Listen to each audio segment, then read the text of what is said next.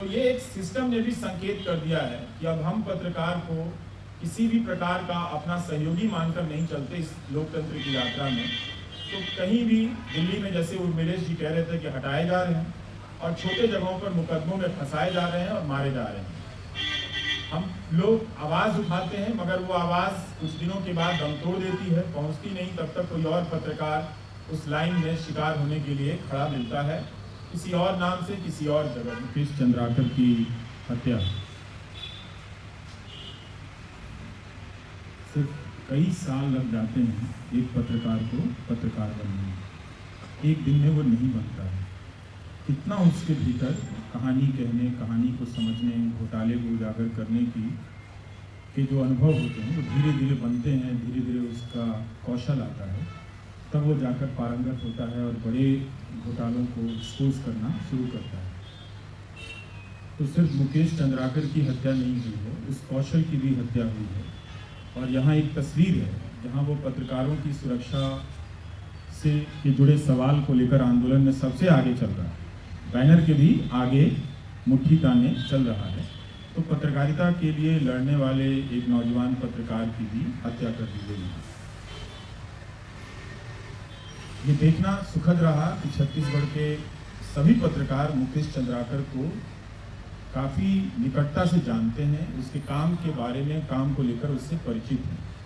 मेरे ही फेसबुक पर कई सारे पत्रकारों ने मुकेश की पुरानी रिपोर्ट को साझा किया, जिससे पता चल रहा था कि उसका काम उस राज्य में कम से कम नोटिस में है। दिल्ली के पत्रकारों से उसका रिश्ता ज़रूर रहा होगा, लेकिन उसकी पत्रकारिता पर किसी ने सवाल नहीं उठाया।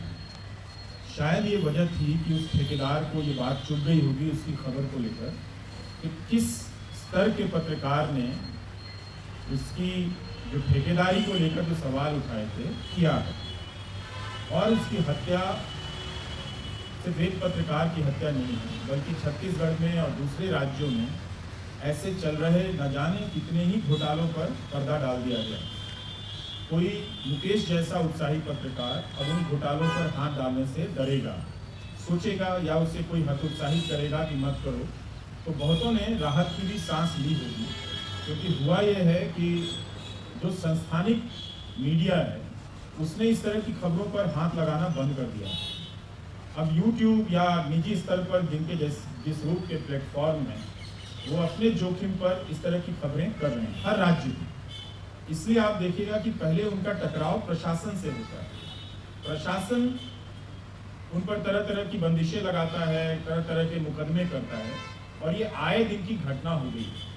Editors guild, press club, IWPC, ये 3 संस्थाएं हैं जो बहुत सजगता के साथ और त्वरित गति से अपनी प्रतिक्रिया जाहिर करती हैं।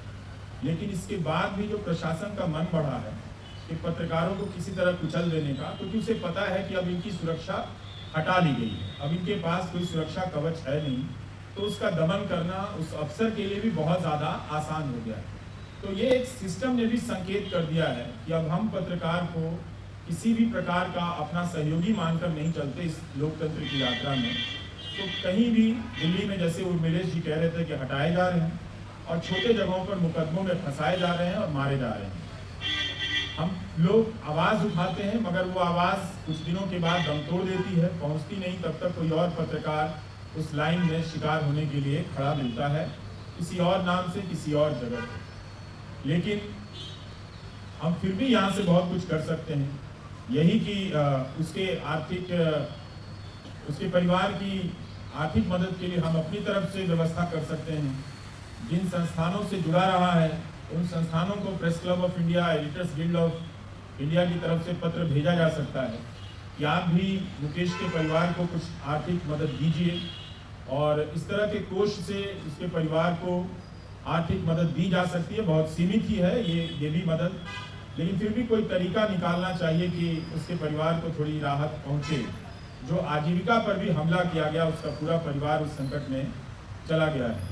तो हम सब एक तरह से एक लाचार दौर में हैं, लेकिन अभी भी हम अपने अपने छोटी छोटी कोशिशों से एक दूसरे के लिए पुल बन सकते हैं, एक दूसरे के लिए रास्ता बन सकते हैं, हाथ पकड़ सकते हैं।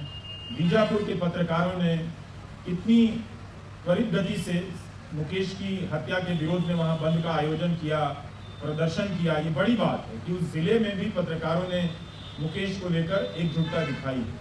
पता चलता है कि उसने अपने काम के जरिए कितना कुछ कमाया होगा और उस ठेकेदार ने उसके साथ साथ पूरे उस जिले के पत्रकारों का मनोबल तोड़ा है।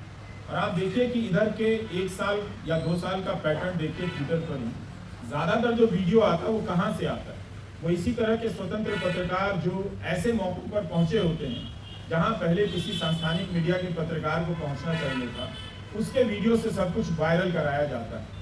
तो ये उन पर हाथ डालने की कोशिश बहुत लंबे समय से चल रही है और गुमनाम तरीकों से चल रही है। लेकिन ये हत्या करके एक संकेत भी दिया गया है कि अपनी अपनी हदों में रहा जाए।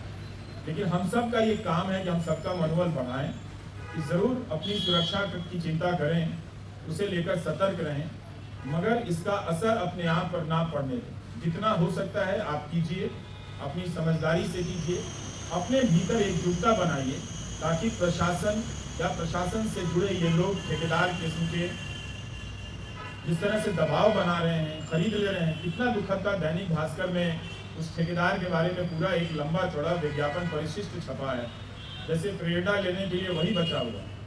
बहुत सारे और भी अच्छे लोग थे उस जिले में काम करते होंगे, लेकिन एक पूरा पन्ना छपा था।